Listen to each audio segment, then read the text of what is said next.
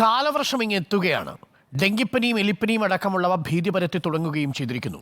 കാലവർഷത്തെ നേരിടാൻ നമ്മുടെ നഗരസഭകളും നമ്മുടെ നിരത്തുകളും എത്രമാത്രം സജ്ജമായി കഴിഞ്ഞു. തിരുവനന്തപുരം നഗരത്തിൽ ഇന്നലെ പെയ്ത മഴയിൽ കനത്ത വെള്ളക്കെട്ടാണ് അനുഭവപ്പെട്ടത്. സംസ്ഥാനത്തെ മിക്ക ജില്ലകളിലും സമാനമായ അവസ്ഥയാണ്. ഒരു മഴ പെയ്താൽ റോഡ് നിറയെ വെള്ളമാണ്. ഈ വെള്ളത്തിൽ നിന്ന് നിരവധി രോഗങ്ങളും പടരുന്നുണ്ട്.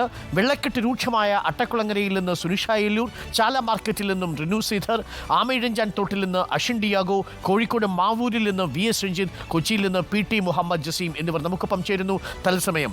എല്ലാ പ്രിയപ്പെട്ട റിപ്പോർട്ടർമാർക്കും സ്വാഗതം. എല്ലാവർക്കും ഒരുമിച്ചൊരു ഗുഡ് മോർണിംഗ്. നമുക്ക് ഇന്ന് പ്രേക്ഷകരിലേക്ക് എത്തിക്കേണ്ടത് കാലവർഷം എത്താൻ ഇനി 24 മണിക്കൂറില്ല. കാലവർഷം ഇന്ന് തന്നെ എത്തുമെന്നാണ് അറിയിച്ചിരിക്കുന്നത് കാലാവസ്ഥാ നിരീക്ഷണ കേന്ദ്രം.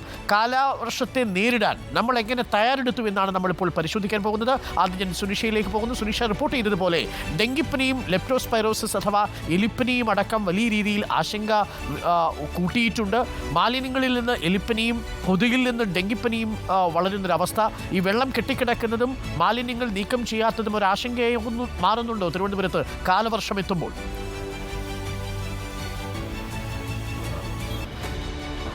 അരുൺ, തീർച്ചയായിട്ടും ഈ പറഞ്ഞതുപോലെ 24 മണിക്കൂർ മാത്രമേ ഇനി കാലവർഷം എത്താനുള്ളൂ. പക്ഷേ പൂർണ്ണമായും സജ്ജമാണോ നഗരസഭ എന്ന് ചോദിച്ചാൽ അല്ല എന്ന ഒറ്റ ഉത്തരം പറയാൻ കഴിയും.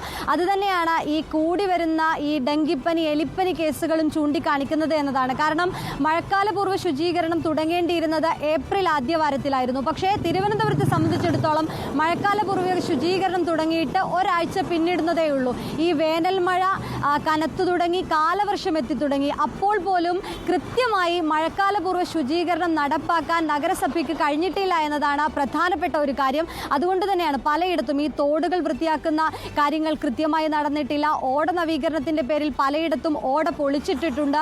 ഓടയുടെ വൃത്തിയാക്കൽ പ്രവർത്തനങ്ങൾ ഒരു ഭാഗത്ത് നടക്കുകയാണ്. അതൊന്നും തന്നെ കൃത്യമായി നേരത്തെ നടത്തിയിരുന്നില്ല എന്നത് തന്നെയാണ് പ്രധാനപ്പെട്ട കാര്യം. ഇപ്പോഴാണ് ഈ മഴക്കാലത്താണ് ഒരുപക്ഷെ ഓട വൃത്തിയാക്കിക്കൊണ്ട് ഈ മണ്ണും ചെളിയും ഒക്കെ ഓടയുടെ ഒരു ഭാഗത്തേക്ക് മാറ്റുന്നത് കാണാം. അടുത്ത മഴയിലേക്ക് അത് തിരിച്ച് ഓടയിലേക്ക് തന്നെ ഇറങ്ങുന്നത് കാണാം. അത് സ്വാഭാവികമായും കഴിഞ്ഞ കുറച്ച് ദിവസങ്ങളായി തിരുവനന്തപുരം നഗരത്തിലെത്തി ഈ കാണുന്ന സ്ഥിതി ഇതാണ്. അത്തരത്തിൽ മാലിന്യ കൂമ്പാരമായിരിക്കുന്ന ഒരു വശം അതൊന്നും തന്നെ കൃത്യമായി ഈ മഴക്കാലപൂർവ്വ ശുചീകരണം നടത്താൻ തയ്യാറായിട്ടില്ല, അല്ലെങ്കിൽ അത്തരത്തിലുള്ള നടപടി കൈക്കൊണ്ടിട്ടില്ല എന്നത് തന്നെയാണ് പ്രധാനപ്പെട്ട കാര്യം. അതുതന്നെയാണ് ഈ കേസുകളുടെ എണ്ണത്തിലും വലിയ വർധനവാണ് ഉണ്ടായിരിക്കുന്നത്.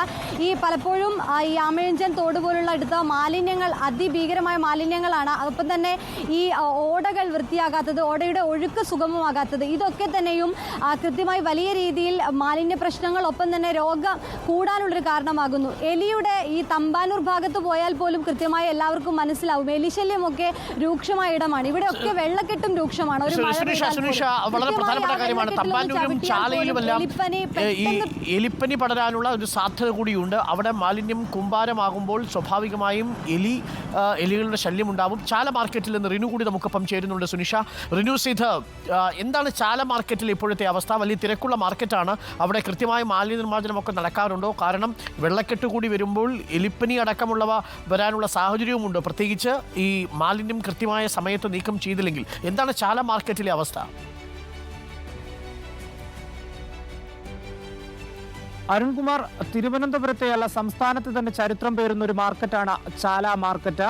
ഈ ചാല മാർക്കറ്റിൽ, അതായത് തിരുവനന്തപുരം ജില്ലയിൽ ഇന്ന് രാവിലെ അല്പം ശമിച്ചിരിക്കുകയാണ് മഴ. അതുകൊണ്ട് തന്നെ വലിയ വെള്ളക്കെട്ടൊന്നും ഇല്ലെങ്കിൽ പോലും ഇന്നലെ ഞാൻ നിൽക്കുന്ന ഈ പ്രദേശത്തടക്കം വലിയ വെള്ളക്കെട്ടാണ് ഉണ്ടായിരുന്നത്. ചില ദൃശ്യങ്ങൾ കൂടി ഈ സംസാരിക്കുമെന്ന് തന്നെ നമുക്ക് പറയാം. കാരണം 7-8 മാസങ്ങൾക്ക് മുമ്പ് ഈ ചാല മാർക്കറ്റിലെ റോഡുകളെല്ലാം സ്മാർട്ട് സിറ്റി പദ്ധതിക്ക് വേണ്ടി നഗരസഭയും സ്മാർട്ട് സിറ്റിയും ചേർന്ന് കുഴിച്ച് എടുക്കുന്നൊരു സാഹചര്യം, ഓട നിർമ്മാണത്തിന് വേണ്ടി. ഇത്തരത്തിൽ ഈ പ്രവർത്തനം തുടങ്ങിയിട്ട് ഏകദേശം 8 മാസം, അതായത് മഴക്കാല ശുചീകരണത്തിന്റെ ഭാഗമായിട്ടാണ് ഇത്തരം പ്രവർത്തനങ്ങൾ നടന്നത്. പക്ഷേ എങ്ങും എത്തിയില്ല എന്ന് തന്നെ നമുക്ക് പറയേണ്ടി വരും. ഇപ്പോൾ ഇവിടുത്തെ കടകമ്പോളങ്ങൾ അടച്ചുപൂട്ടി പല കച്ചവടക്കാരും മടങ്ങിയിരിക്കുന്ന ഒരു സാഹചര്യം. ചില കടക്കാർ മാത്രമാണ് ഇവിടെ തുറന്ന് ഇപ്പോൾ നിലവിൽ പ്രവർത്തിപ്പിക്കുന്നത്. ഈ പകർച്ചവ്യാധികളുടെ കാര്യങ്ങളിലേക്ക് നമ്മൾ പോവുകയാണെങ്കിൽ ഒരു ദൃശ്യത്തിലേക്ക് നമുക്ക് പോകേണ്ടതുണ്ട്. ചാല മാർക്കറ്റിലെ എത്രമാത്രം നഗരസഭ നഗരസഭ ശുചീകരണം നടത്തുന്നു എന്നുള്ളതാണ്. മഴക്കാല രോഗങ്ങൾ പടർന്നു പിടിക്കുന്ന ഒരു സാഹചര്യം. എനിക്ക് തൊട്ട് സമീപത്താണ് ഈ എലിപ്പനി പടരാൻ സാധ്യത. അതാ ഈ ഓട പൊളിച്ചിട്ടിരിക്കുന്നു.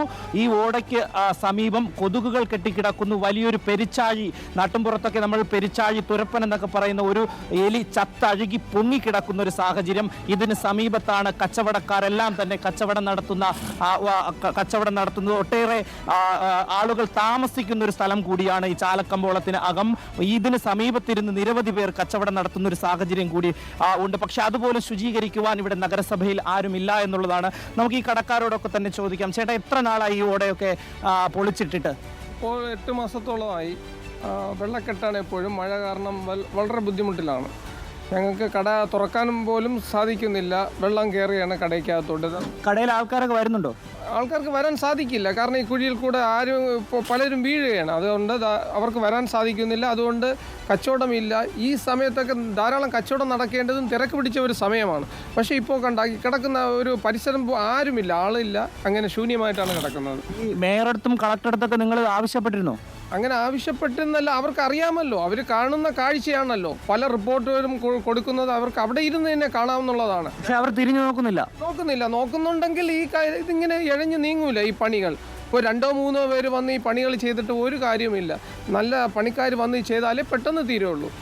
തീർച്ചയായും അരുൺകുമാർ, ഞാൻ കാണിച്ച ആ ദൃശ്യങ്ങൾ നമ്മൾ സംസാരിക്കുന്നതാണ്. കാരണം നഗരസഭ ഇത് പൊളിച്ചിട്ടിട്ട് ഒരു രീതിയിലും ഒരിടപെടൽ നടത്തുന്നില്ല, നിർമ്മാണ പ്രവർത്തനങ്ങൾ വേഗത്തിലാക്കുന്നില്ല. എങ്കിൽ ഇത്തരം ശുചീകരണ പ്രവർത്തനത്തിനെങ്കിലും ഇവിടെ ആൾക്കാർ എത്തണം എന്നുള്ളതാണ്. പക്ഷേ ആരും എത്തുന്നില്ല എന്നുള്ളതാണ്. നമ്മൾ കണ്ടതാണ് കൊതുകും അതുപോലെ തന്നെ പെരിച്ചാഴി, എലിയും ഒക്കെ തന്നെ ചത്തു പൊങ്ങിക്കിടക്കുന്ന ചാല മാർക്കറ്റ്. ഒരു ചരിത്രം പേർന്ന, അതായത് 8 മാസങ്ങൾക്ക് മുമ്പ് ഒരുവിധം വൃത്തിയായിരുന്ന റോഡാണ്. ഓട ശുചീകരിക്കുന്നതിന്റെ ഭാഗമായി ഇങ്ങനെ പൊളിച്ചിട്ട് പല കടകമ്പോളങ്ങളും കാലവർഷം എത്തിക്കഴിഞ്ഞാൽ ഉടനെയൊന്നും ഈ പണി പൂർത്തിയാകാനുള്ള സാധ്യതയില്ലെന്നാണ് നമ്മൾ കരുതുന്നത്, അല്ലേ? കാരണം ഇത്രയും നാളെ ഈ പണി പൂർത്തിയാക്കിയില്ലെങ്കിൽ കാലവർഷം വന്ന് ഈ മഴ പെയ്യുമ്പോൾ എങ്ങനെയാണ് അത് പൂർത്തിയാക്കുക? തീർച്ചയായും. അതായത് 8 മാസങ്ങൾക്ക് മുമ്പ് ആരംഭിച്ച നിർമ്മാണ പ്രവർത്തനങ്ങളാണ്. പക്ഷേ അത് ഇതുവരെയും എങ്ങും എത്തിയില്ല. ഇനി കാലവർഷം വരുന്നു. ഈ കാലവർഷത്തിൽ എങ്ങനെ നിർമ്മാണ പ്രവർത്തനം നടത്തുമെന്നുള്ളത് നമുക്ക് തന്നെ അറിയാവുന്ന ഒരു കാര്യമാണ്. അതുകൊണ്ട് തന്നെ കാലവർഷത്തിൽ വലിയ വെള്ളക്കെട്ട് അനുഭവപ്പെടും എന്നുള്ളതിൽ യാതൊരുവിധ മാർക്കറ്റാണ് തിരുവനന്തപുരത്തിലെ. സംസ്ഥാനത്തിന്റെ റിനു ആ ദൃശ്യങ്ങൾ തന്നെ സംസാരിക്കുന്നുണ്ട്. റിനു ഇപ്പോൾ കാണിച്ച ഈ പെരിച്ചാഴി തന്നെ ചത്ത് കിടക്കുന്ന ചാല മാർക്കറ്റിലെ അവസ്ഥ തന്നെയാണ് ഇപ്പോൾ സുനിഷ നേരത്തെ റിപ്പോർട്ട് ചെയ്തതുപോലെ എലിപ്പനി പടരാനിടയായ ഒരു സാഹചര്യം തിരുവനന്തപുരത്തുണ്ടാവുന്നു.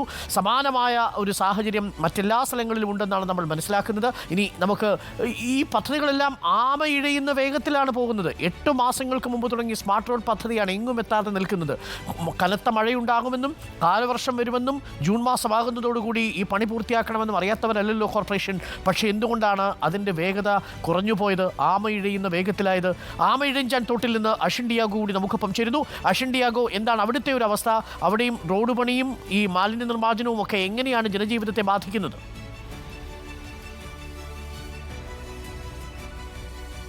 അരുൺ, ഞാനുള്ളത് തിരുവനന്തപുരം പുത്തൻപാലത്തിന് സമീപമുള്ള ബണ്ട് റോഡിലാണ്. നമുക്ക് ദൃശ്യങ്ങളിൽ തന്നെ കാണാം. ഇവിടെ ഇന്നലെ പെയ്ത മഴയിൽ വലിയ വെള്ളക്കെട്ടായിരുന്നു. വീടുകളിലൊക്കെ വെള്ളം കയറുന്ന ഒരു സാഹചര്യം. വീടുകളിലൊക്കെ ഇപ്പോൾ വൃത്തിയാക്കുന്നു. വീട്ടമ്മമാരൊക്കെ ഇപ്പോൾ എല്ലാവരുമായി ചേർന്ന് വീട് വൃത്തിയാക്കുന്ന ഒരു തിരക്കിലാണ്. നമുക്കറിയാം, ഇപ്പോൾ രാവിലെ ഒരു അല്പം മഴ ശമിച്ചിട്ടുണ്ട്. ഇന്നലെ നിർത്താതെ പെയ്ത മഴയിൽ വലിയ വെള്ളക്കെട്ടായിരുന്നു ഇവിടെ ഉണ്ടായിരുന്നത്.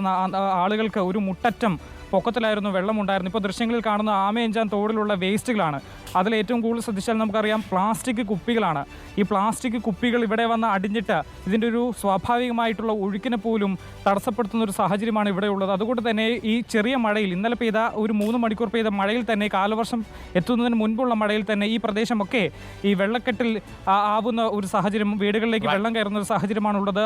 നാട്ടുകാരൊക്കെ വലിയ ദുരിതത്തിലാണ്. ഇവർ പറയുന്നത് ആളുകൾ ആരും തന്നെ തിരിഞ്ഞു നോക്കുന്നില്ല എന്നുള്ളതാണ് ഇവരുടെ ഏറ്റവും പ്രധാനപ്പെട്ട പരാതി. ഇത് ആദ്യമായല്ല ഇത്തരത്തിൽ ഇവിടെ വെള്ളക്കെട്ട് ഉണ്ടാകുന്നത്. എല്ലാ സമയവും ഇത്തരത്തിൽ മഴ പെയ്യുമ്പോഴൊക്കെ ഇവിടെ വെള്ളക്കെട്ട് അനുഭവപ്പെടുന്നുണ്ട്. പക്ഷേ ഒരു ശാശ്വതമായ പരിഹാരം ഈ അധികൃതരുടെ ഭാഗത്തു നിന്ന് ഉണ്ടാകുന്നില്ല എന്നുള്ളതാണ് ഇവരുടെ ഏറ്റവും വലിയ പരാതി. നമുക്കറിയാം, ഈ തിരുവനന്തപുരം ജില്ലയിലെ ഏറ്റവും വലിയ പ്രശ്നം എന്ന് പറയുന്നത് ഈ സ്മാർട്ട് സിറ്റി റോഡ് നിർമ്മാണ പദ്ധതിയാണ്. പലയിടങ്ങളിലും റോഡ് കുഴിച്ചിട്ടിരിക്കുന്നു. അതുകൊണ്ട് തന്നെ ഈ മാലിന്യ നിർമ്മാർജ്ജനം, അതും ആ കാര്യങ്ങൾ നടക്കുന്നില്ല.